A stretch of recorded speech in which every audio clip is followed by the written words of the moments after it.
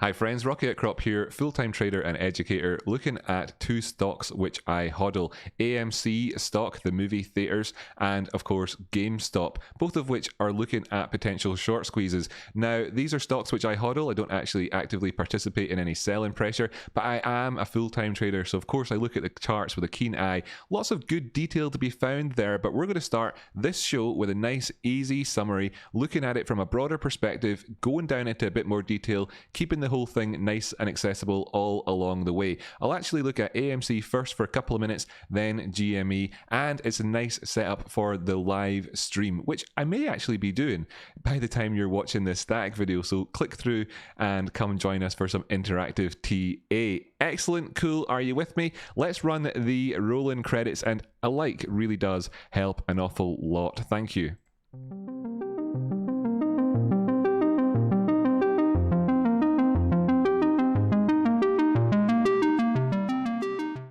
So friends, this is the AMC chart. That's the 1 hour time frame, and it draws our eye towards how we've really kind of been going quite sideways for the last period of time. Up there in the DMI, I can see that we're setting up for some volatility to come in pretty soon. Over here on the MACD, we can see the tightening of the price action also shown here with the tightening of these two histograms getting shallower. There we have it. That is the first sort of sign that we're coming towards the end of this period of consolidation, and we could be due for a breakout. It could go either way, I suppose.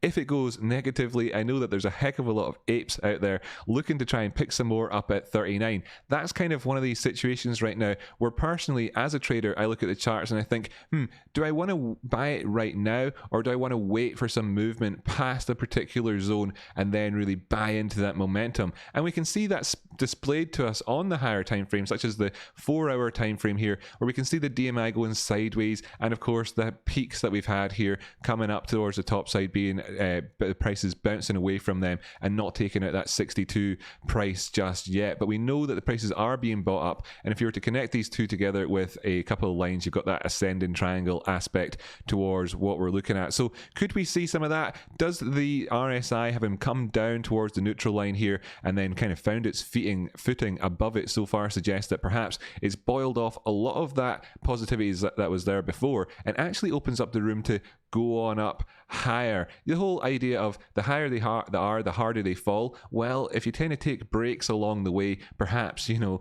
don't fall so hard at any given time. And that's the idea here, boiling off any chance of us having divergence by coming down towards the neutral line after having had no divergence, and then maybe taking on for a second run up towards the top side, which is why then down on the 1 hour time frame, when I'm looking at this and I'm asking questions about this moving average that's on the charts, that's the 50. The red dotted line is a 50 simple period moving average on the charts right there, and I want to see the prices take that out and go towards the top side. What does that line up with? Well, it's also lined up with this really short-term exponential moving average, the 9 period moving average. And if we did drop down, sure, that's what we spoke about, how we could go down towards testing these numbers in around about that 37 price point again that we were at before. But looking towards the top side is when things really start to get that kind of real interesting traction that you might be looking for, and it could be then of course moving the same sort of range that we have on the charts just here from those highs. If that's in around about 65 and those lows are in about 40, you're talking about a $25 move towards the top side,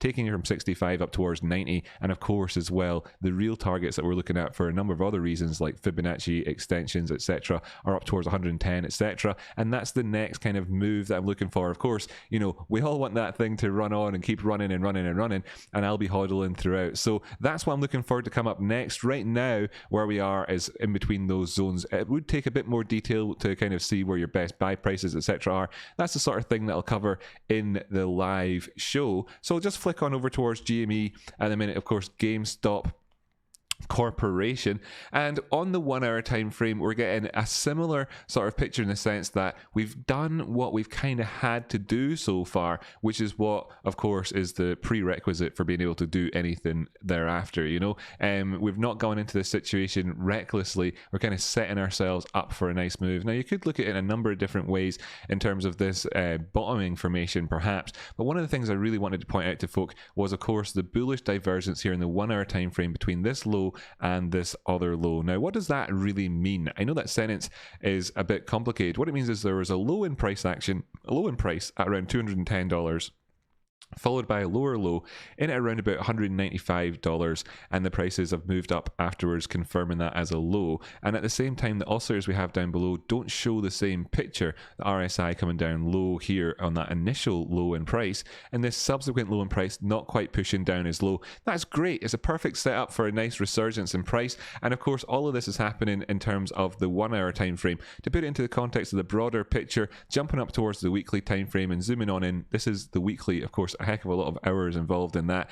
And you can see in terms of that yellow moving average, which is a 9 period, it's quite a short term moving average really. It looks back over 9 weeks though on this chart, and you can see that along the course here we've always been staying above that zone, and we've got quite a bit of breathing room in it around about this area if we were to pull back. So it's a good setup to be in. At this point you can look towards the areas between our previous highs and where we are now and figure out zones along the way. Those are the sorts of details as well that I'll break down in the live show, so be sure to join us. But if I just kind of pull up the 4 hour time frame here and talk about how if we do actually see this follow through of the crossover the moving average RSI, which is of course positive, taking out that neutral line, and the area here where the ADX has come down to on the DMI starts to turn towards the top side and go positive and show us that strength of trend and moving out of the chop territory that we've been in for the last wee while, then we could easily be looking up to at least where this gap is on the charts, and that's $290 to $300, that $10 sort of zone, and that's a heck of a long way up from where we are now. And that's when the sort of the excitement starts to come back in again, and we can ask real questions about whether or not we'd go on for higher highs, etc. We'll cover all those topics when we come to them, but that's where I'd be looking after if we do get this big pull, but this big setup for us. Things looking pretty good, therefore, on both charts with those summaries. Thank you so much for joining me. I really do appreciate the likes and all that. It really does help. It massively helps the channel. I do try here, and I'll be doing a live show as well, so please do come along. I'll maybe try and link to it after this if that's possible, so it goes through to it, but I'll set that up and be with you round about maybe 20 minutes after this video has been published. So if that puts you in that bracket, come on over and join us. I'd really appreciate it. See you there. Thanks for joining me.